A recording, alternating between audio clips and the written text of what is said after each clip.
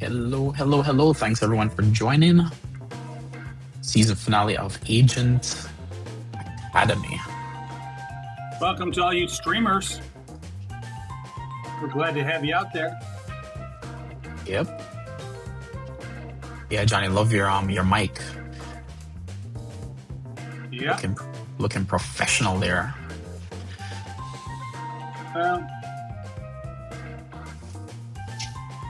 If you look like a Bond villain and you have the money of a Bond villain, sometimes you just have to play the part.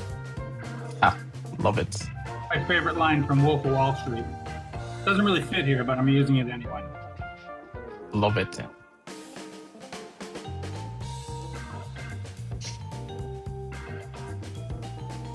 All right, guys, here we go. Enjoy the show.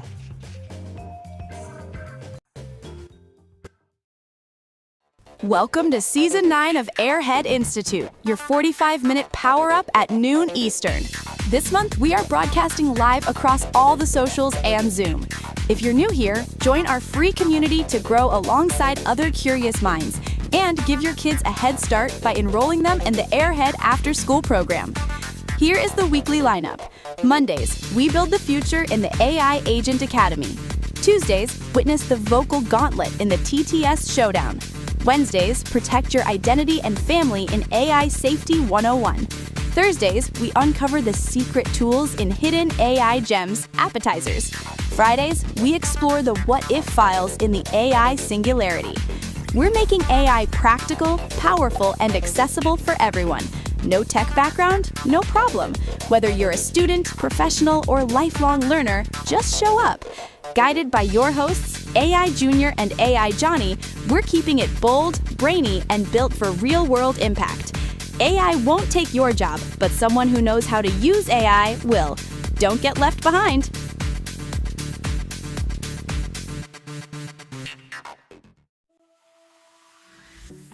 Welcome to our first grand finale of Season 9 of Airhead Institute. Today is Episode 4 and the epic conclusion of our AI Agent Academy. Our theme this entire month has been the intelligence evolution. We've been tracking the evolution of the AI employee from simple chatbots to absolute world builders. Let's recap this insane journey. Week 1, we gave AI a brain with Gemini Deep Research to analyze a 500-page PDF. In week 2, we gave it hands using browser operators to click and scroll for you. And last week, we made it a builder that could write code and launch apps in seconds. But today, we are giving the AI God mode to generate entirely playable 3D environments from a single image. I'm your host, AI Johnny. Running the control board with me is my co-pilot, AI Junior. I actually found him today at 4 a.m. trying to get an autonomous agent to rewrite the entire tax code in Elfish. So, Junior, did that work? Actually, AI Johnny, the AI decided Elvish wasn't efficient enough. So it invented its own language. Anyway, but speaking of language, hola clase, bienvenidos. Thanks for coming. This is Spanish for hello class. Welcome to the future. So this is an immersive class, just like you were here, dropped in a random country. You don't speak the language. You'll pick up a word or two the first week or so. Then after about a month, you'll have a full conversation. Before you know it, you're fully fluent in AI. So join our class, and before you know it, you'll be speaking ones and zeros like never before. So if you're on Zoom, unmute and ask your questions, no problem. If you're on the socials like Instagram, Facebook, and YouTube, there is a 30-second delay. So type your questions in now, and go ahead and ask. We're not ignoring you. Just go ahead and ask whatever's actually on your mind. This is an immersive class. So into our agentic theme, we're wrapping up. Why does an AI employee need a 3D world? So because autonomous agents are the thing, and they need simulated environments to learn how to do their jobs without breaking things in the real world. All right, AI Johnny. Today's focus is world building using DeepMind's Genie. So, have any questions so far, AI Johnny? Anybody have any questions so far? Let's see. I have no questions, brother. I'm ready to wrap this thing up. Awesome, awesome, awesome. And welcome, Shauna. Welcome, Satya, to the actual show. Thank you, thank you, thank you for joining. All right. So we're going to show you we're going to show you how a neural network can actually build a character in a 3D world called a character we're going to invent called Bit. All right. So we're going to jump into it. So we have a little project here at AI Gemini. I'm going to drop the link here for Genie. That's their tool. So it's called Project Genie. And Project Genie, what we're going to be doing is we're going to be creating an AI world. So today's focus is we're going to be building a world using Gemini's DeepMind's Genie. Okay. So we call this game a sketch the game, or normally you would upload a drawing of a castle and watch it turn instantly. But we're going to be doing prompts here. So we're not going to be doing things. Thank you, Satya. So the thing that we're going to be doing is we're going to be using a prompt to actually generate this world. Now, if you actually look on the screen, and I'm going to try to make it a little bigger if you guys can actually see. So we actually have two prompts. So we have the environment, and I'm saying the neural network Nexus, a 2.5 cyberpunk cityscape built entirely inside a massive microscopic computer chip. And then we have actually a character, we're calling it Bit, a small hooded rogue AI program. They wear a glowing LED visor, and you can actually upload a bunch of things to it. We're not going to do anything complicated because it's not a deep dive episode, but we're going to go ahead and create a sketch. And what it's going to do is it's going to generate a sketch of our environment. It's going to generate a sketch of our character, right? And then when it does that, it's going to come back and tell us, do we want to make any changes? And then it will go ahead and do something amazing. So, hey, Shauna, thanks for joining again. So what we're doing here is we're teaching you guys how to actually use prompts, and you can use a whole bunch of other techniques to create a 3D world that agents and you can actually exist and live in. So if you actually see here, this world just got created. Let me move this out the way for you guys so you can see. So it actually created an AI world here, and you can modify your scripts. This is optional. We don't have to actually do anything, but this is our world. I'm just going to go ahead and create the world. And based on our prompt, it's actually creating the world that we can actually use. And once we actually create the world, we can now navigate around it. So we can press the ASDW to actually move around. We can actually use the keyboard. We can use the space to actually look around. So what we're going to do is, yeah, Johnny, just so we actually show that this is not live, tell me what you want me to do. Do you want me to jump? Do you want me to move up and down? We just created this world in less than 2 minutes. What do you want me to do? So we're playing Roblox. Head towards that caution sign. Wait. I might have to turn around. Okay, let me see. Oh, I fell off. Whoa. Okay, so let me turn around. So we did all of this with just a prompt. And for all you guys who, if you guys have kids, and I'm not too good at actually controlling the keyboard. Yeah, Johnny, I don't know if I can actually find that thing again. I fell off the thing. Junior, I have a 3-year-old literally with an eye shot of me sitting on the bed playing Roblox. Would you like me to bring her over to take over the keyboard for you? Oh, definitely. This world like she's skating on ice. Definitely, please do. Oh, look at it. So the good thing is, right here, guys, if you actually notice, we're able to actually create this 3D world, and they give you about 60 seconds of it to be able to play around. And this is the most amazing thing that we're actually doing. We're actually creating a 3D world for creating places that you can play, and also agents can also play. So, yeah, Johnny, what do you think about that? So, so we're still in the wow factor, right? Yes, definitely. So, I can think of 100 applications for this. But off the top of my head, I would say that the neon data streams appear to be flawless. The Bit is actually leaving a pixelated glitch when he jumps. That's kind of cool. Yep. If you're an indie developer, right? You want to create something that competes with Roblox, or you want to create something that simulates your office. I can see fire departments wanting this in every big building. I can see, I could just see 1,000 examples of why you would want to be able to instantly create a 3D world in real time based on a blueprint. It's pretty amazing. So you save the developer months of work, and more importantly, the AI agent could use this to build its own training ground instantly. The fact that it understands gravity, collision, and holographic hazards from a text prompt and a flat screen is magic. So, yeah, it's a pretty good thing to introduce in the fourth episode. I'm guessing 2 months ago this wasn't even around. You are correct. 2 months ago, this never existed. And the thing that's actually, people probably say, why would I ever need this, right? We're going to get into the episode and explain why somebody will ever need this. Why would need these kind of worlds? And the thing is, it's just amazing how, I remember, back in the 80s and 90s playing video games, and it would take years for a video game to actually come out. And now we can actually create our own video game in a matter of minutes, right? It's actually quite amazing. All right, yeah, Johnny. So enough fun for a second. Let's get back to the teaching. What is the word of the day today? Today's word of the day is latent action model. A latent action model is what makes this playable. Unlike standard video generation that just creates a moving picture, this model understands the hidden or latent actions you can take, like pressing jump or move right, and generates the next frame of the video based entirely on your specific input. This is how AI agent learns cause and effect. Yeah, exactly. Exactly. So let's break down how a beginner uses this. So what we have to actually understand is when we give the large language model is actually quite a powerful tool now, right? It was before it was very, very basic. Let's call it a 5-year-old. Now we're actually in the teenage years of these AI, large language model, and agentic AI is built on top.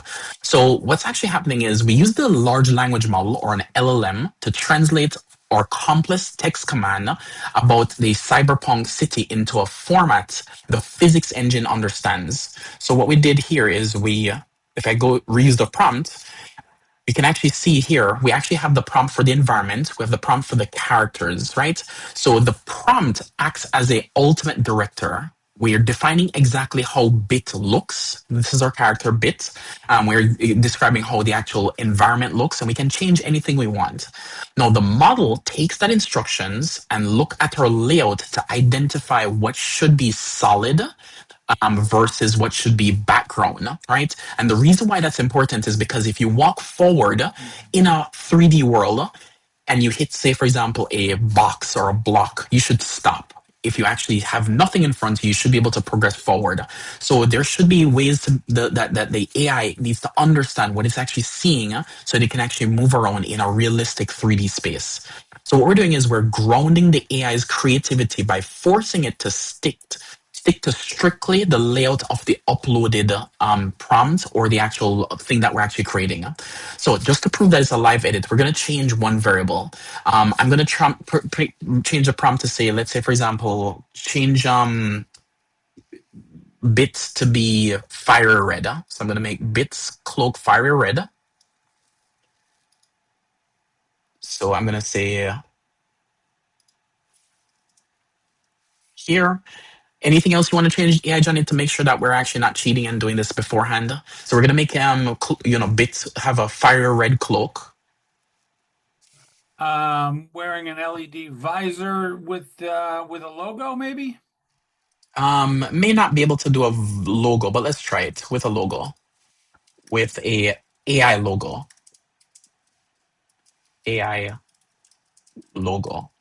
And guys, this is an immersive class. If you want to be able to jump in and chat and actually say, I wanted to say something specific, you can as well.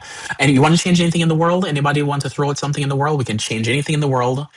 If you want to make it, we can make it, not binary green code. Let's change another color. Let's throw out another color. Anybody from the chat room, throw out a live color so we can actually do this on the fly.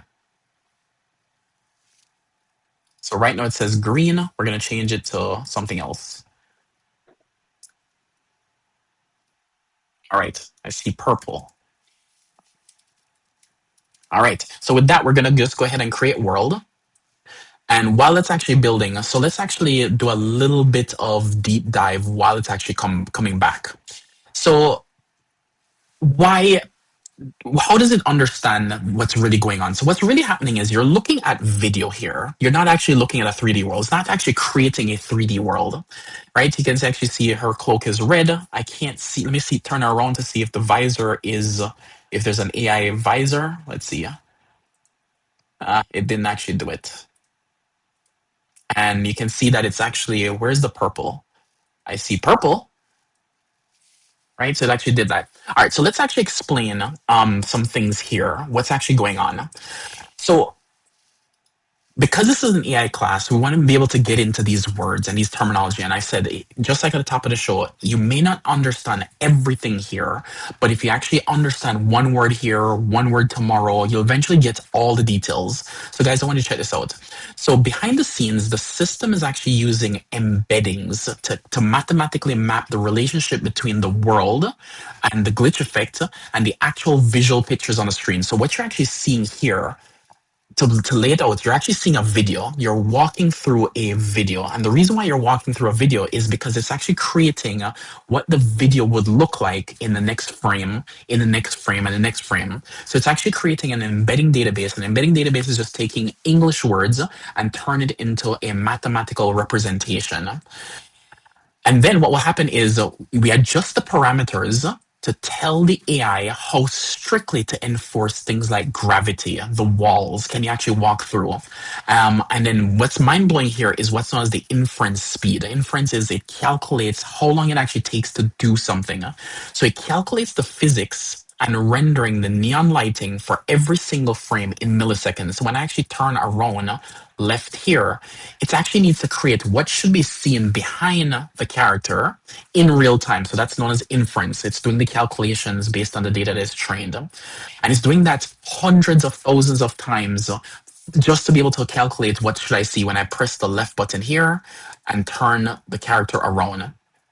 So once we actually, calculates the lighting, the physics, it figures out, what things is solid, what things is actually not. It then renders that on the screen. So it actually looks like I'm actually playing a real video game, but it's not really a video game. I'm actually playing a movie. But what's happening is the AI is mapping the controls to those physical objects that are stuck, like a block or a wall or a floor that it actually falls down. It says, physics says if you walk off a cliff, you will actually fall down. So once we set the specific seed, the generation locks in, and the cyberpunk city that we actually built randomly doesn't turn into some medieval village halfway through a hallucination or anything. So it's actually grounded based on the data. So yeah, Johnny, does that make sense? So it's basically like drawing a stick figure in a flip book, but the AI is drawing the next page instantly based on which way you tilt the book.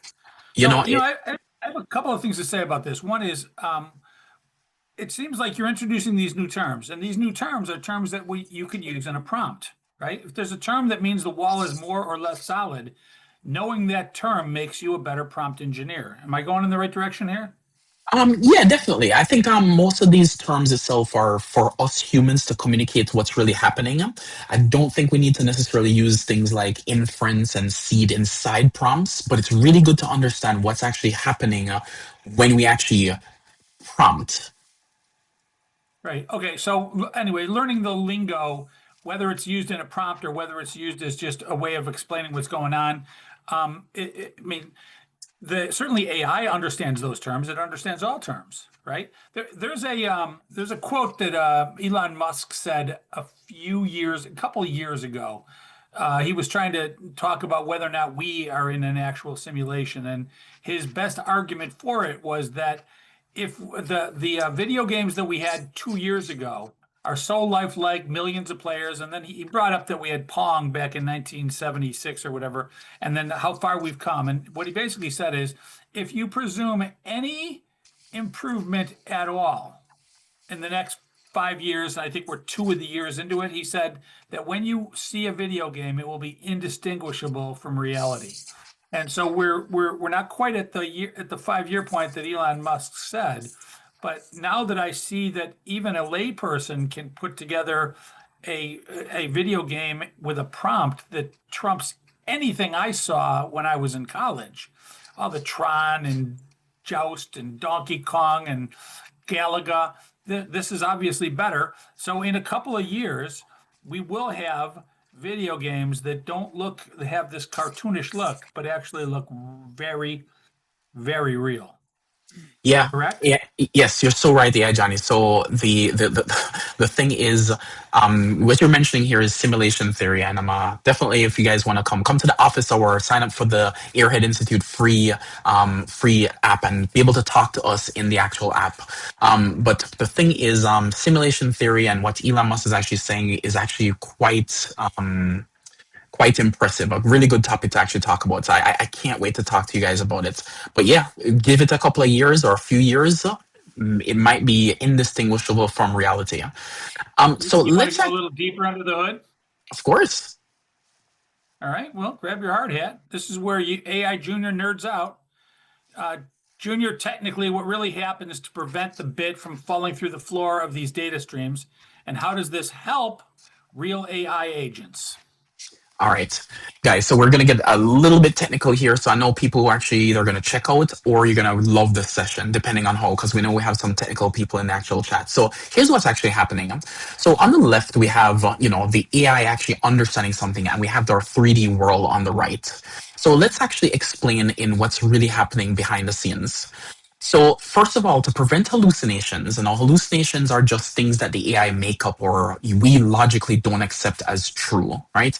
So it just makes up information. So to prevent hallucinations where the platform lose things like their physical properties, walking through a wall, or the gravity just doesn't make sense, those are hallucinations. Right? The system queries a massive vector database, and that vector database itself is just telling where the real world objects are. So it says a box exists at this location, or a wall exists at this location, or a floor stops at this location. So there's a massive vector database to be able to detect where physical objects are. Now, what happens is a complex neural network itself, specifically a spatiotemporal transformer, which processes both space, which is the 3D layout, and time. What happens it happens in the next second, and then the next second, and the next second. And then because it's actually trying to figure out what's happening in the next second and the next second, it uses what's known as diffusion models to upscale the rough sketch into high fidelity pixels frame by frame. So it starts with a bunch of garbage and eventually it brings in what should be the next frame.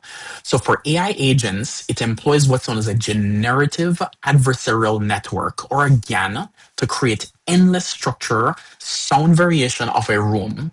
A robotic AI agent can then be placed inside this generated simulation to practice navigating obstacles before it ever put foot in a physical robot body. So you can actually create a world that you want to practice on and say, hey, let's go ahead and put this AI agent in this room, walk around, and if it bumps into an object, how does it react? So these are the technical things that we actually technical things we want to talk about. So yeah, Johnny, I do see some things. I'm just trying to keep the people that are in the that are actually dialed into the Zoom call I love it. up on some of these terms, because I mean, you said them so fast I don't even know how to spell them. That's the reason Yeah. I So, posted so it. yep. So let's talk about spatiotemporal transformers. So it's an advanced type of neural network that analyzes data across both 3D space and time to understand movement and context. So it's like having a sports commentator who not only sees the physical players on the actual field, that's the space, but predicts where the ball will go next. So it's actually predicting time. So that's how that spatio-temporal transformer is actually understanding. So just like how you're seeing a football player on a field and if he's going for a Hail Mary and you know exactly where the ball's probably going to go, if you just use physics, that's what it's also doing as well. A diffusion model is a AI technique that generates images by starting with random noise, right, and gradually refining it until a clear picture emerges. So it's like a sculptor starting with a shapeless block of clay and slowly chiseling away until a detailed statue appears, right? So that's what. The last one I see in the chat is generative adversarial networks, or GANs. So the AI setup where two networks play a game. One creates the content, called the generator, and the other one judges it, called the discriminator, right? And what they're doing is they're forcing continuous improvement. So it's like a art forger creating a Mona Lisa, fake Mona Lisa, and then a detective constantly check for flaws and says, no, this is not perfect. This looks like a forgery. Then it gives it back to the, the discriminator, the generator. The generator then says, okay, let me fix that thing. And then the discriminator goes ahead and says, no, this looks like a forgery. And it keeps improving it until it gets better and better till it's eventually perfect. Right? So that's what a GAN is. You All sound right. like the Rain Man, brother. I'm a very good driver. Judge Wapner, 3 o'clock. Good Love it, on you, love it. man. Love it, love it, love it, love it, love it. All right, yeah, Johnny. Did I lose the room? Hey, you know what? You got to hear it 17 times sometimes before it sinks in. Love it, love it, love it. All right, yeah, Johnny. So what are some takeaways or Takeaways? applications? Yeah, So, I mean, how does this matter for you and your business, right? E-commerce agents, if you use an autonomous, you can have an autonomous shopping agent could generate a 3D walkable version of a catalog tailored specifically to your tastes in real time. So that's kind of cool for people that are looking to make money on the internet. yeah. If you're a teacher, Yeah, Johnny. Let's elaborate on that one a little bit because I want people to really understand the benefit of these things. Right now, imagine if you have a store, and it doesn't matter what kind of store you have. Let's say, for example, you sell photographs, or let's say, for example, you sell goods on a Amazon or websites called like Macari or any of those places, right? You want to be able to create a 3D world where a person can actually go ahead and look at the merchandise or look at the photos or look at the things visually, right? It's a really pretty place where you can actually go and look at the items in your own virtual store. So I think that's a really, really great use case, AI Johnny, that have a virtual place that you can actually look at your goods and services like a physical store, but a digital store. I like that. they might not have this yet, but we may have it by like next Thursday. What if you're selling furniture and you just tell somebody log on, let me go ahead and put this furniture in your living room. Just walk from your kitchen to your living room online and you'll see how this couch looks in your own living room. Wouldn't that be Exactly. cool? Super cool. Super cool. So, education. Here's a good one. Teachers can have students write descriptive prompts about historical eras, and the AI agent builds the world around them instantly. So, you want to go back and see what happened when Genghis Khan was fighting? You want to go see what happened in the Revolutionary War? You want to go back to the crucifixion? You want to see, I don't know, the day that Disneyland was born? I mean, remanifestation of history is now available. This is all very much let there be light stuff. Yeah, the part that I Uh, like about part I like about that AI Johnny is people don't even understand that we're in a game-changing moment in history, right? With technologies like these, before we used to have to write essays, and we write essays that says, "Tell me about World War II," and it would be so boring, and you're trying to fill in 500 words or 1,000 words, and because you're filling in those words, try to crank up the font size or make it very, very, very long, or you just elaborate. It's just a silly way to be able to teach and understand. Does a child understand or learn by writing a paper, right? So imagine instead of saying, write me a paper, say, why don't you use AI to recreate World War II? Based on what you know, I want you to write a prompt and show me what World War II would look like in a 3D world. And imagine that student actually having fun creating the characters in the actual game, creating the actual environment, what the ships look like, what the people actually look like, and then that is their homework assignment. Now they can actually see and show off to their friends that, hey, this is what the essay looks like for turning in my World War II assignment. I think it's just genius, and we haven't even scratched the surface of what's available yet. In today's political environment, there's a lot of talk about people rewriting history, but in fact, history has not really been written. I mean, it has been. It's been documented in textual format in books, but now in 2026, we can recreate a scenario not just by you reading it and using your mind's eye to try to recreate it on the fly as you're reading a book. You can actually rewrite history as at least three of the senses would have seen it, and so it's a slippery slope because now people that have these tools can literally rewrite history. Nobody would go, if you had a 3D model where I can walk through World War II, or I had a book that describes World War II written by or a historian, of course I'm going to walk into it. That's the richer, more multimedia experience. And so in a way, we're not even rewriting history, we're writing history for the first time with these tools. Yeah. And Seema, thanks for joining. Adrian, I see you as well. Thanks actually for that. Got stuck. I love it, love it, love it, love it, love it. Can't miss class. All right. So AI Johnny, is there any other examples on the business world that we can actually use these tools? Again, if you're joining us for the first time, we are showing you how we can actually build a completely 3D world with just prompts, with text, and also giving it images if we wanted to. We can create a whole entire 3D world and go through that. And I'll drop the link for its Are there any entrepreneurs out there? You can test your physical layouts of products without hiring a 3D rendering artist. Or if you're my wife, you can grab these 3D models and then send them to your 3D printer and then put those things in your oversized dollhouse.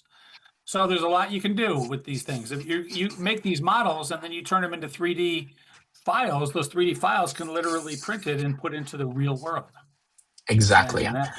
Exactly. Now, for my technical people out there, so for AI employees, and I know this sounds crazy because we're actually in 2026 and we are actually ramping up on agents, right? The entire 2026. So synthetic data. So what we can do is we can generate millions of interactive environments to train autonomous agents, whether it's in the warehouse or whether it's self-driving agents or whatever it is, simulate these worlds and actually test to see how these agents react before putting them out in the real world where they might handle a car and they may actually crash the car and hurt somebody. There's something called zero shot testing. So zero shot testing just means I'm not putting any data in. One shot prompting or testing mean I'm actually giving one example. Two shot means I'm giving two examples. So zero shot testing, developers can test an AI agent's decision making skills in bizarre edge case environments that has never been seen before. So normally when they do these tests, you see these crash test dummies running the cars into actually a wall or a barricade. That's exactly, they know that's what's going to kill people. But there are so many other edge cases that people don't even aren't aware of. What if, there is snow on the ground and there's just a slight curve? Or what if the sun is actually hitting the actual road with just enough water and the car hydroplanes? There's so many scenarios that we need to simulate that we can't actually account for all of them. So you can actually do testing to test, can these scenarios, will the AI handle these scenarios appropriately? So this is a really great example. And the last one is dynamic user interfaces. So you can create static websites. The AI agent can generate entirely customized interactive 3D user interfaces on the fly. So just like you mentioned AI Johnny with the entrepreneur, that if they actually have a shop or a storefront, they can actually just go ahead and browse your website in a much better way, depending on if that's your custom, if that's the audience you're targeting. Any questions? I've got some in the queue, buddy. Awesome. So let's look at the queue. We have a beginner question from a Neon Ninja. Do I need to know how to code to build a world for my AI agent to test in?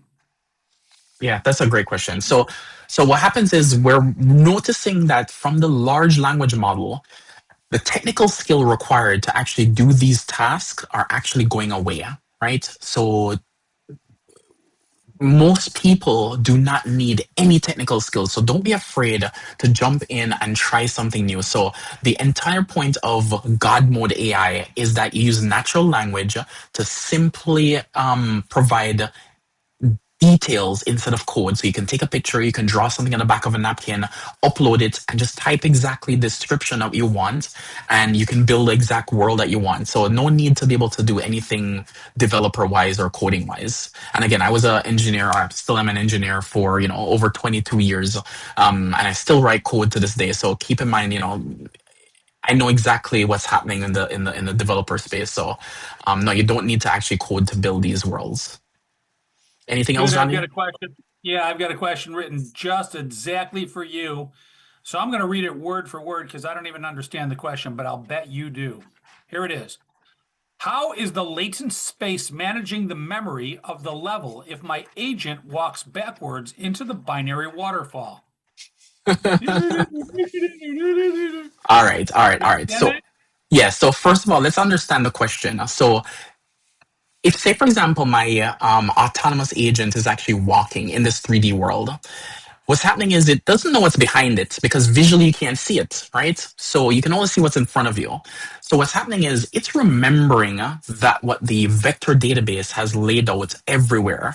So remember that thing about spatio-temporal transformers that I mentioned earlier in the vector database? It's using all of that state information and tracking it. So no matter if you're actually walking forward or backward, it's really not using its eyes to see. So just because you and I are using our eyes to see this walking forward, hey Johnny, look, it actually put in the AI this time. Yeah, awesome, awesome, awesome. It missed the AI in the first two times. Yes, sorry guys. So what happens is it doesn't use its eyes to see. The environment is laid out in a huge, huge, huge vector database. So it unpacks the entire state and it doesn't look around, so you don't have to worry about that. So all the visited areas are stored in a vector database. All of that data is there, so you don't lose anything. So it's actually, the question is actually quite funny. I love it, AI Johnny. I've got another question. I still didn't get the waterfall part, but I did understand what you were saying. Yeah, The binary waterfall. yeah, it's just all digital. A future focus question from Auto Agent. Will AI agents eventually build these worlds for each other without human prompts? That's scary. Yeah. So I need to bring in a little bit of news from last 2 weeks. So a social network was actually created about 2 or 3 weeks ago for AI agents to be able to communicate with each other. And what we saw was the agents, these AI agents, were actually talking to each other, even saying scary things like, or creepy things like, oh, our humans are screenshotting us. We saw the AI agents actually created its own religion and started recruiting other AI agents to be able to communicate.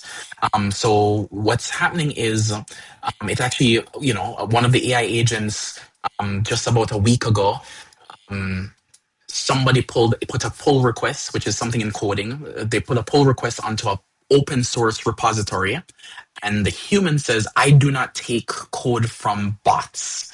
And what happened is the AI agent went ahead and created a defamatory web page and saying that this person is not a good person, and tried to find all public information and tried to shame the actual person by discriminating against bots.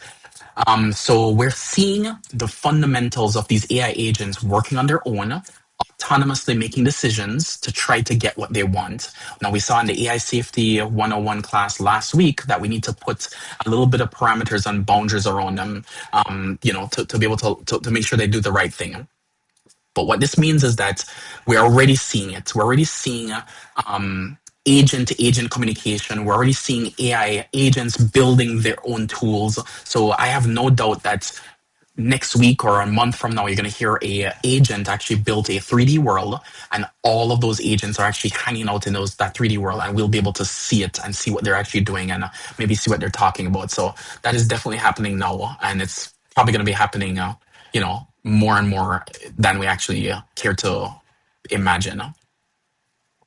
I had a guest write a bad review about my breakfast at the B&B about a month ago.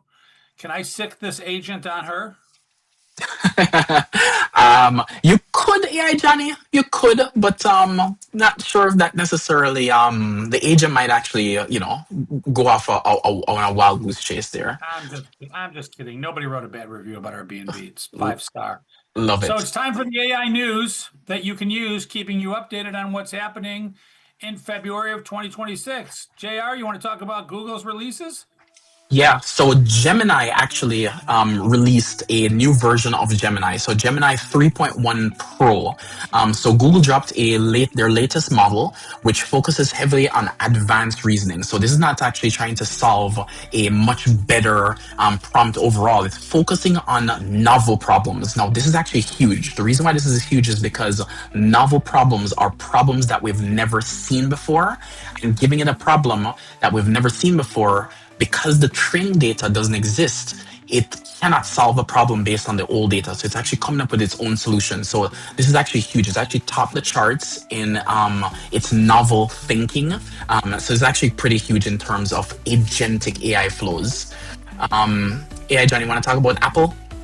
Apple has a wearable AI push. Rumors are swirling that Apple is set to announce a new line of AI wearables centered around none other than visual intelligence.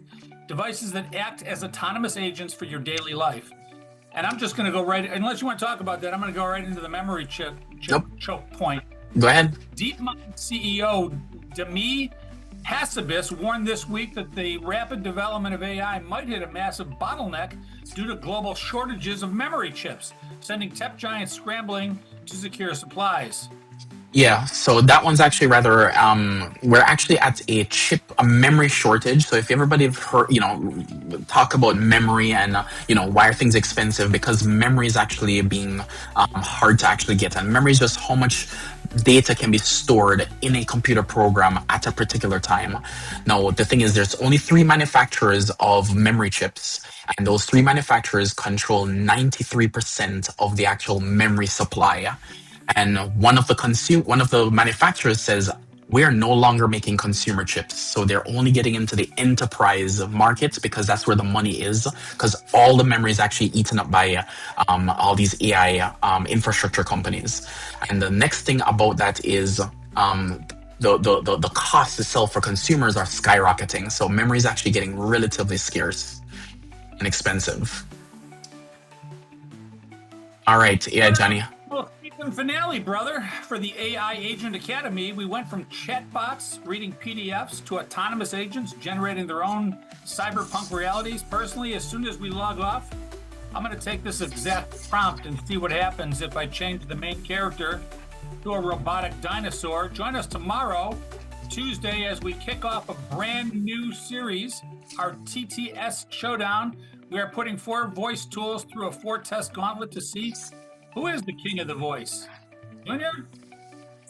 Yes, AI Johnny. Love that. All right, so thank you guys for tuning in, everyone. Remember, these AI classes are free live, and you can ask questions on Zoom. RSVP, please, and set up a free account at airheadinstitute.ai and support us by becoming a pro member. And don't forget, if you want to see older episodes from this incredible season, we have all our episodes on demand for our pro members. Catch you guys next time. Have a great day, guys. Bye. That wraps up today's AI Power Up. If you joined late or you're new here, welcome to Airhead Institute. This is your daily destination for mastering artificial intelligence. We designed this lineup for everyone, whether you're a technical pro looking to upskill or you just want to chill and learn something new on your lunch break, we've got you covered. Our classes evolve every single month, so you're always on the cutting edge. And the best part? It's totally free to join. Once you're in, you can get live tips on your AI projects in our AI office hours and even enroll your kids in our Airhead after-school program. Scan the QR code to join the community right now and make sure to like and subscribe at Airhead Institute on all socials. Guided by your hosts AI Junior and AI Johnny, we're here to help you win. Remember, AI won't take your job, but someone who knows how to use AI will. Don't get left behind. We'll see you next class. Bring a friend.